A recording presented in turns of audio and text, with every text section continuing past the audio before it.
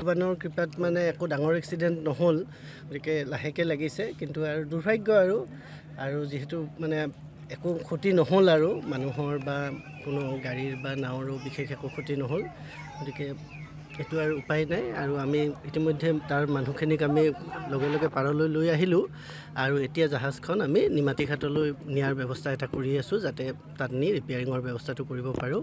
নাওখন এৰি দিয়াৰ পাছত নাওখন ইফালৰ পৰা সিফালে নাচিছে, সিফালৰ পৰা এফালে নাচিছে।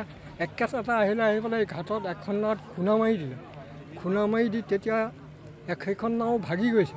তাৰপৰা আহি পেলাই আহি আছে নাওখন নাচি আহি নৈৰ মাজতে ৰলত পদ্মা নাওখনে নিবলৈ আহিছে পাৰ কৰিবলৈ।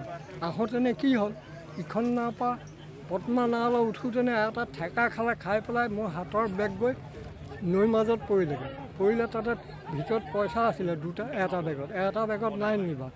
এটা বেগ উঠি গুচি গ'ল নহয় জতাই চতাই।